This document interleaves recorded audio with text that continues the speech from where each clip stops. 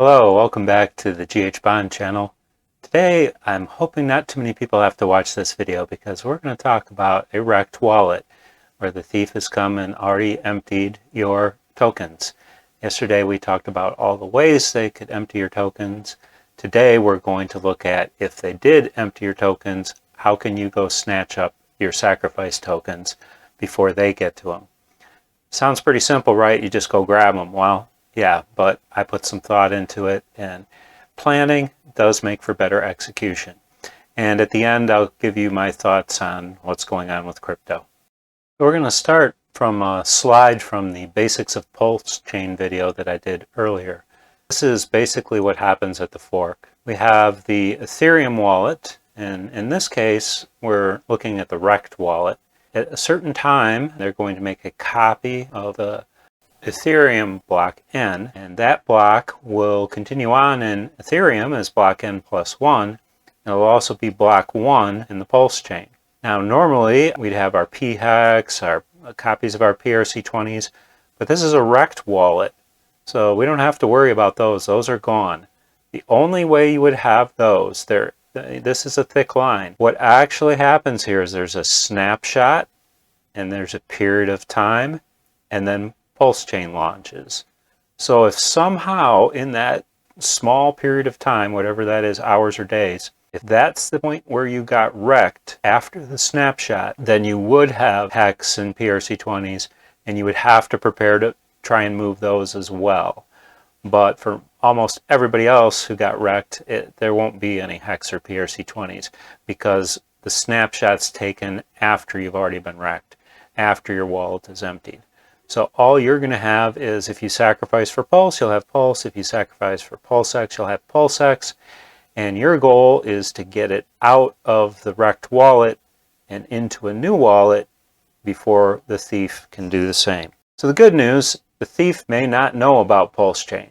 I mean, it's unlikely enough that people even know about crypto, and knowing about PulseChain, being how hex has been gate kept, and a lot of people have no idea PulseChain even exists. So he may be a good enough thief to rob wallets, but he might not be up to speed on PulseChain. Or even he may have heard of it, and he might say, oh, I don't care about that. It's unlikely the thief is as motivated as you. I mean, you're going to be pretty fired up, and so that gives you a little bit of an edge. And unless he has somehow automated the withdrawal of the tokens, it's unlikely he's going to be as fast as you. First, make sure you have access to the Rekt account. Hopefully you didn't throw away your seed words because you were so upset that you had lost your tokens. You have to be able to get back into that account because that's where the action is. As an option, if you want to, you can transfer some small coins to the Rekt account just to see if the thief is still watching and see if they get drained. It might be interesting just to know if the thief has still got eyes on the wallet. You want to have a document prepared so you're all set to go. Most important thing, the new wallet address. You're going to be working in the old wallet, transferring tokens to the new wallet address.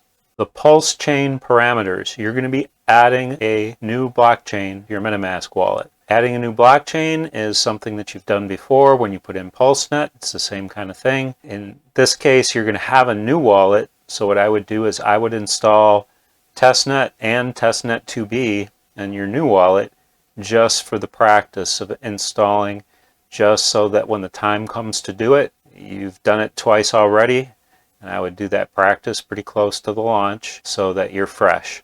You want to have your Pulsex parameters ready, okay? Now the Pulsex parameters are important because you're going to want to grab that Pulsex right after you grab the Pulse.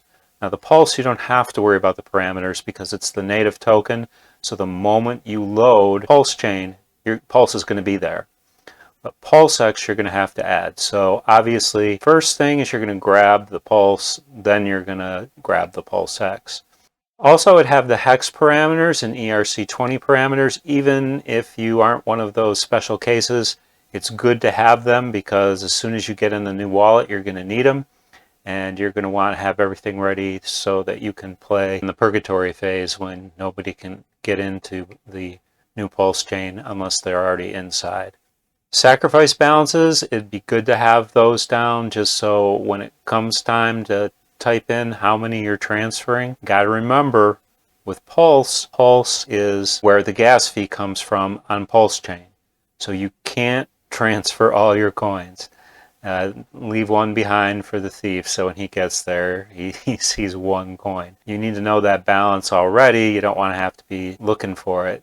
You want it to be in your mind so that you're fast. You want to be as quick as possible. Here's the tactics. Your hacks and your ERC20s that you want copies of go in the new wallet.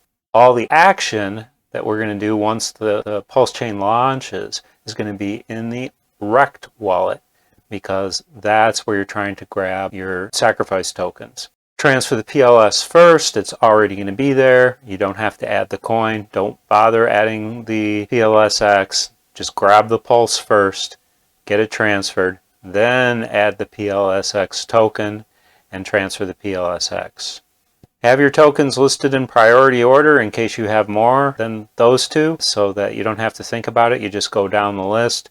Add one, transfer one, add one, transfer one. So that's a strategy. Not a lot to it, but definitely you want to be prepared. Have that list. Do a little dress rehearsal so that when the excitement happens and the launch happens and you're ready to go, you've done it 5 times. You know what you're going to do. You don't have to think about it. That's the way you're going to be the fastest and beat that thief to your coins. So, as you know, we had a contagion of sorts where Luna, Terra, basically got wrecked totally. Not too long ago, it was over 100 billions of dollars of losses, and it's going to have definite repercussions in the system.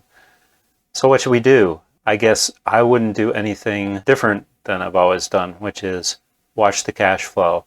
When cash flows into crypto, it goes up. When it flows out of crypto, it goes down. So you watch the cash flow and ride the wave. And as far as how low Bitcoin can go, I've seen a couple good arguments for Bitcoin 18,000. If we get what Richard Hart is calling for, the 85% correction, I think that takes us down to about 9,000. So there's definitely room on the downside for those scenarios. So don't be too quick to think anything has to be the bottom. Wait for the market to give you an idea that the cash flow is moving back in. And I don't think it's going to be any time really soon, because, yeah, prices look great, but usually when something this big happens, you tend to go down a little bit further, and so those great prices don't look so great a little bit further on down the road, so be cautious. Till next time, good luck with the crypto, and let's get fired up for PulseChain launch.